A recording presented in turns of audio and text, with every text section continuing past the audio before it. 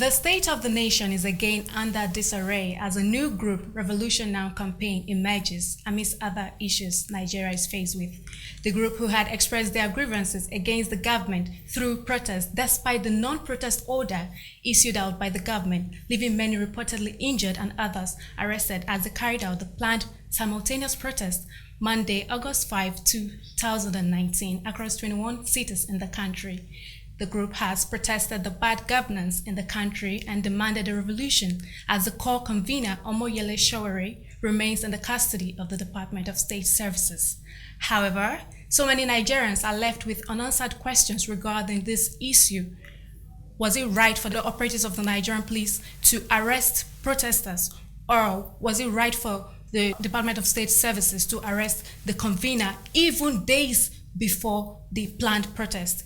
These are the issues of the moment that we will be dissecting today. I am Aisha Salihu, and my guest is Dalihat Suleiman. He's a social commentator and public affairs analyst. You're welcome on the program, Mr. Dalihat. Thank you very much, Aisha. Okay, now, talking about the Revolution Now protests, how does it fit into a civil protest, and do you think their grievances are justified? Honestly speaking, their grievances are not justified as far as I'm concerned. Because when you look at the nation at itself now, we have a lot of things at hand that we're trying to curtail. And most of these things started just like the way Sowore is going. Yeah, they'll all tell you that it's a protest. We want our voice to be heard, but there are some elements that are always there to take advantage of such protests and turn it to another thing different. I and you live in Abuja here, Aisha, and you are aware of the encounter the Shiite are having with our security forces on a daily basis. A very ugly scenario that none of us will want to witness. The other time, a journalist colleague of yours, though I was told that he's a youth copper, was hit by a stray bullet. And we lost him. Did we really need this? We doesn't. So that is how Shia started. We should not try to give room for further protest or revolution or whatever, in my own thinking. It's not necessary. Okay, so if I get you correctly, you're saying their grievances are in no way justified. That there's no, because amongst the list of the grievances, they talked about bad governance, we need to hold our leaders accountable and all of that. So you're saying it's not justified. It's not justified. And let me tell you, is Sowore really ready for revolution? He is not. I'm his follower on Twitter and Facebook. So last week, in one of his tweets, what did he say?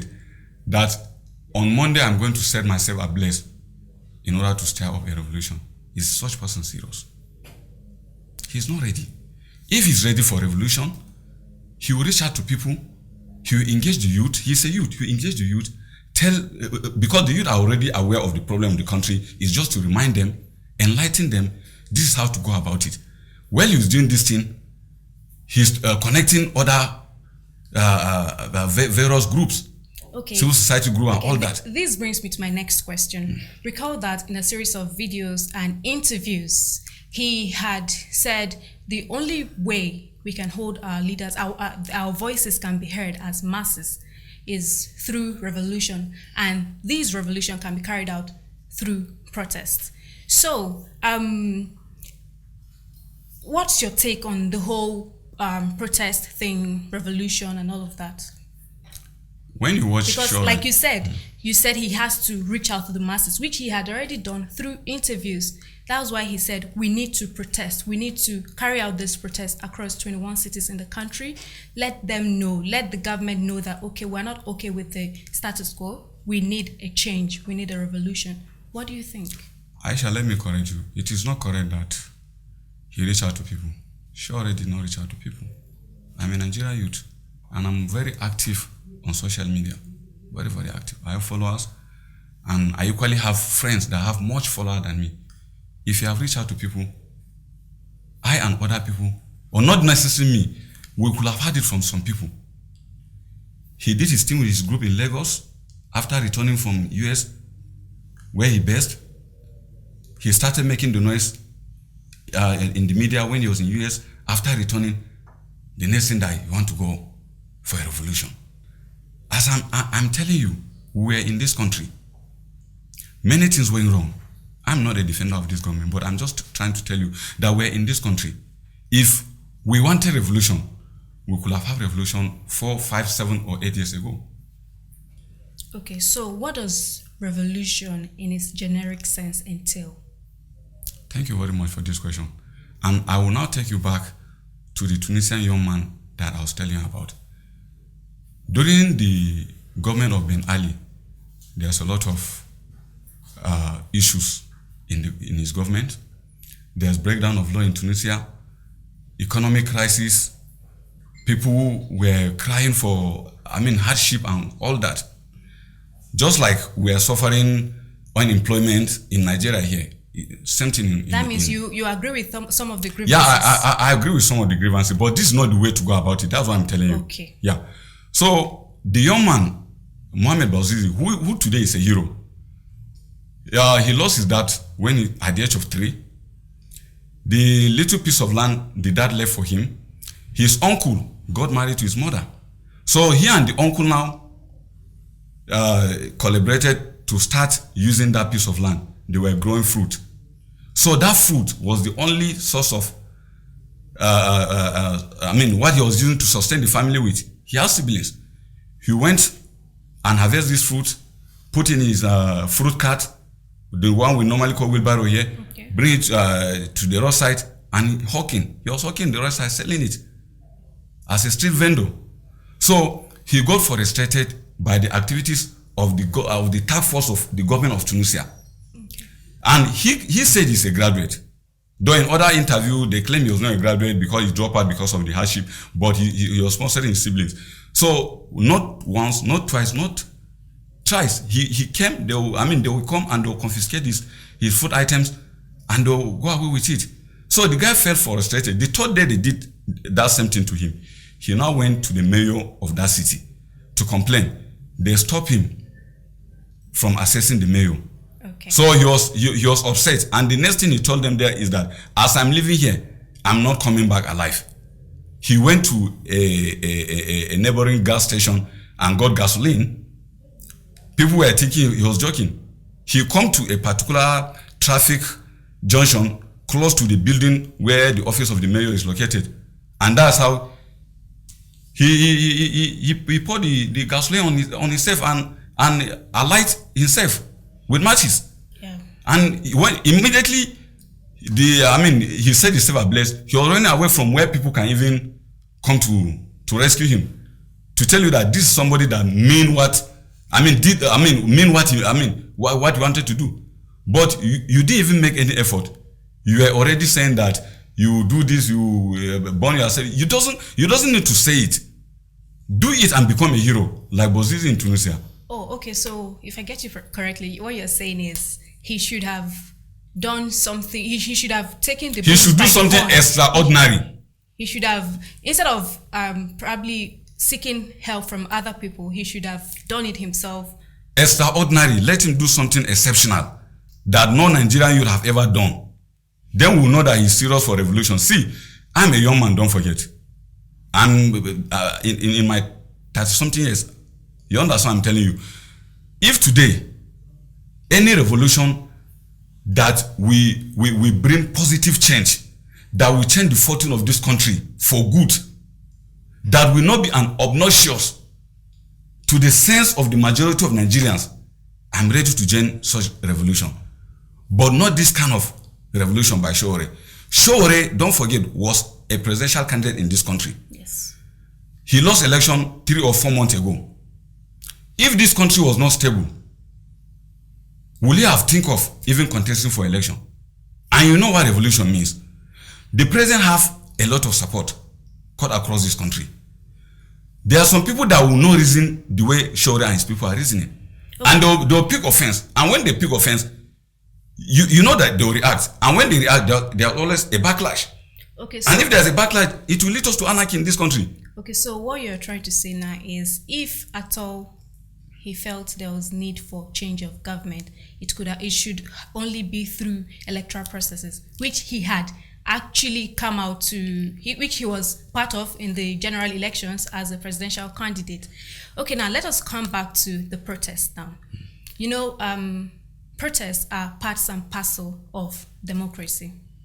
So now, if people, because it was very obvious that it was a peaceful protest, they carried only placards, banners, and sound system. They weren't with arms, they were not with ammunition. It was very peaceful. So now it brings me to the question, why did the operatives of Nigerian Police Force, why did they have to arrest, harass, and we saw videos and pictures of, anyways, reportedly, people who were injured in the process. And then there was use of tear gas and all of that. If we're allowed to protest according to the rules of democracy, why did the Nigerian Police Force, why did they have to do all of that? Thank you. You say it is a peaceful protest, normal peaceful protest that does not deserve to attract any inhuman treatment from the police. It is a peaceful protest, but the message is very weighty. The message does not sound peaceful. When you say you are embarking on a revolution, you know what I mean. And secondly, his utterances led him to what he is in today. There's an interview where he said that they are coming to Abuja to bundle the president out of power.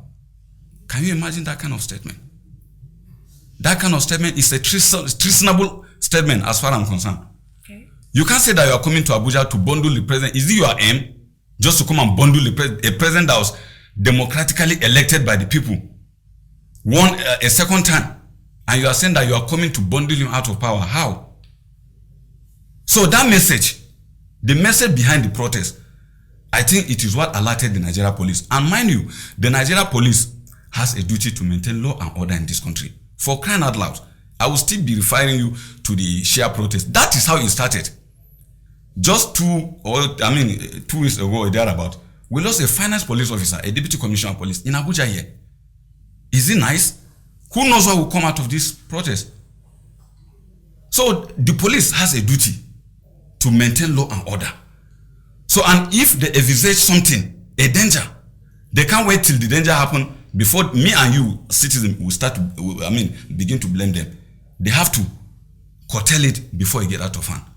And that was the reason why that protest was halted. Okay. So my next question now. Days before the planned protest, I think on Saturday, the early hours of Saturday, we saw videos and there were reports that the convener, that's Omole Sowore, has been arrested by the DSS. So, and now, it was connected to his intentions and everything. And he's still in the DSS custody. A lot of Nigerians have come out to say they are calling for his immediate release because clearly some of them think he has not committed any crime. So him being there even till now as we speak, it's clearly reaching on his fundamental human right. That's his right to freedom of expression, which is clearly stated in the constitution of the country. So what do you think about his continued detention? Yeah, just like you said, we know what the law says. If you arrest somebody, take him to police station, or if the police make arrest, I think 24 hours or thereabout, they should charge the person to court. Yes. Because it is only the court that can determine the fate of such person. The security agents, the security forces doesn't have the right to return somebody who is accused or a guilty person, so to say. But don't equally forget that this is security matter. And you know our current position, our present position now. We are battling all sort of security challenges in all front. Bandits, kidnappers, Boko Haram are still there. We are not yet done with Boko Haram. You understand? So the security equally have a mandatory assignment or responsibility to do some investigation about what Sowore is about doing in this country before it will lead all of us into danger. But I read somewhere yesterday, the DSS, like they are approaching the court to seek for more time from the court so that he should stay with them for like 90 days. Okay. Which I think, if the court will grant them that, it will be good because, like, I'm speaking for myself now, not for the government. Me, I'm even suspecting that some people, highly placed people in this government and outside this country, in this country and outside this country, are behind what Sowore was about doing. Okay, that's very interesting. I'm afraid I'll have to cut you short here because we have to go on a short break. Still on issues of the moment, and my guest here is Dalihat Suleiman, and we've been talking about the Revolution Now movement. We'll be right back after this short break. Do stay tuned. Cut a slice of the north-central Nigeria with its raw mix of cultures, treasures, and amazing people.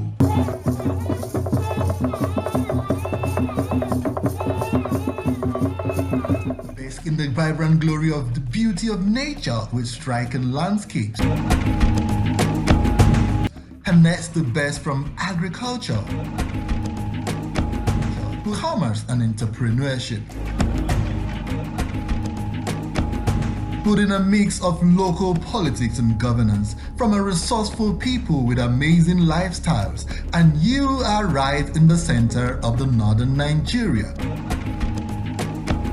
North Central Journal, a compendium of people, places, news and views, all in an amazing mix that bears it all. Only on Television Nigerian.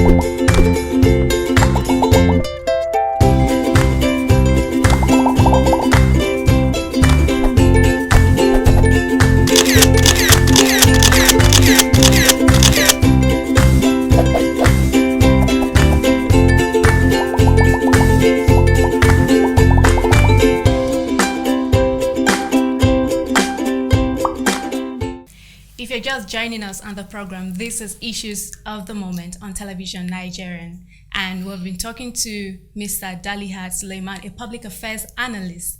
And okay, we're back now.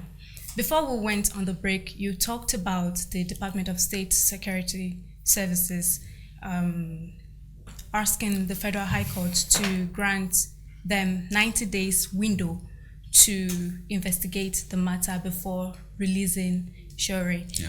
That was yesterday. Yeah. They asked for that yesterday. And as of today, this morning, Wednesday, the court has declined.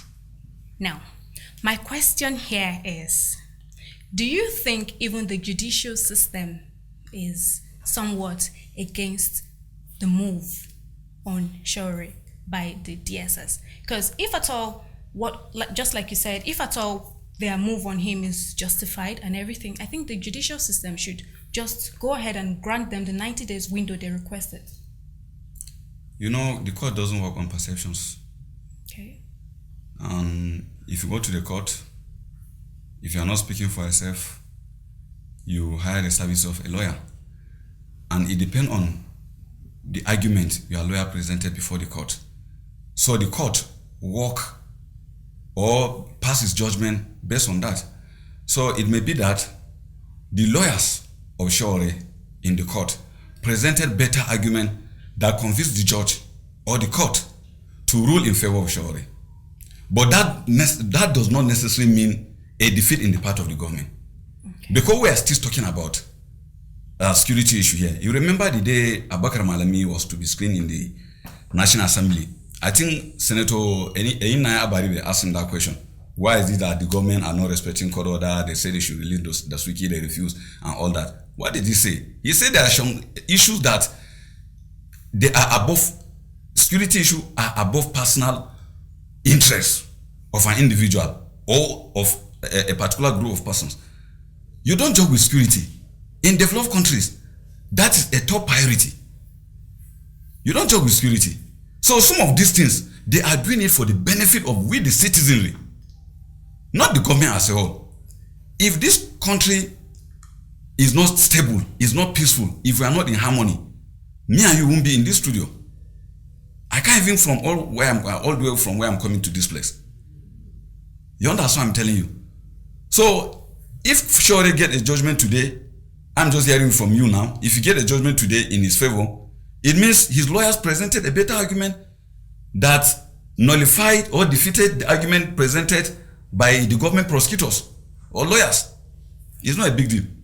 Okay, so from our interactions so far, you talked about security challenges faced in the country. Yeah. Like you talked about the Shiites, the IMN, Islamic Movement of Nigeria group, which is a Shiite, and then you said the reason for the Nigerian police to disrupt or put a halt to the protest was they don't want a situation where it has to degenerate to something like what we've experienced in the past. Okay, now why is government not looking at these grievances? I feel government, apart from arresting people, apart from arresting even the convener himself, why is the government saying there are no grievances, or all what they are saying is wrong? It's not true. Why are they not even addressing the public? At least now, because for all we know, these protesters, although they've been halted, but you don't know when they would occupy Nigeria again. And God forbid, we don't want it to degenerate into something else. So what do you think? You see, the vanguard of this movement that are leading this protest are the youth. And the hallmark of this protest is to better the lot of Nigerians. Of course. Things are not okay. One cannot dispute that.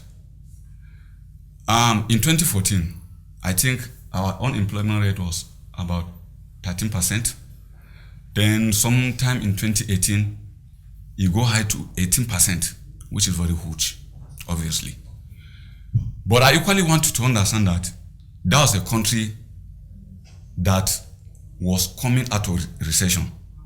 We were plugged into recession, but God help us, we existed in recession at the maximum period of time that even European giant countries appreciate the way and manner we existed in recession, because it is never done.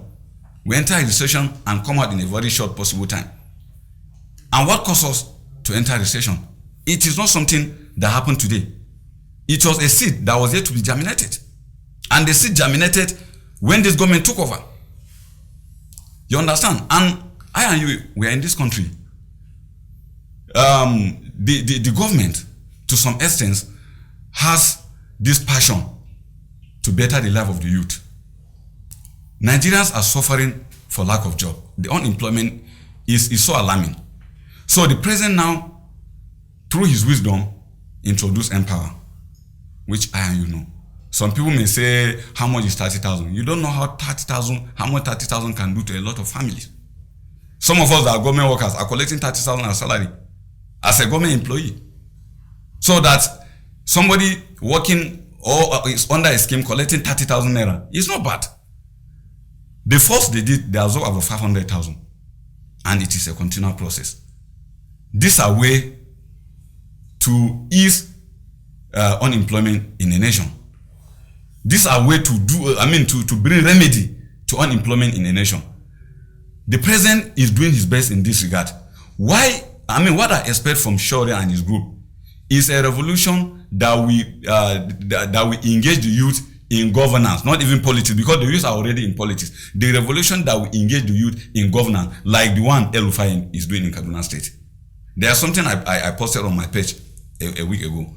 The numbers of the series of appointees El-Rufai have, and the people that he endorsed and supported to run for election. Today, the youngest House of Reps member is from Kaduna State, 33 years old, from APC, supported and endorsed by El-Rufai. He has a chief of staff who is equally 30-something years old. He have commissioners who are, they call them under 30 in Kaduna State. It's like a club under 30 in politics, in governance. Shore should do this. He should tell us that this is what we need. We are all youth who stood behind him and support him to achieve our goals. Okay, I'm afraid that's all we can take for now, because if we want to go on and on and on, we're going to have to take the whole day. And I'm so grateful. It's a pleasure having you on the program. My pleasure too. We've had quite an explosive interview session, and it's been good. Thank you, listeners. This is still Issues of the Moment, and I'm Aisha Salihu. I can't wait to have you on the next episode of this exciting program. Do have a great day ahead. Bye for now.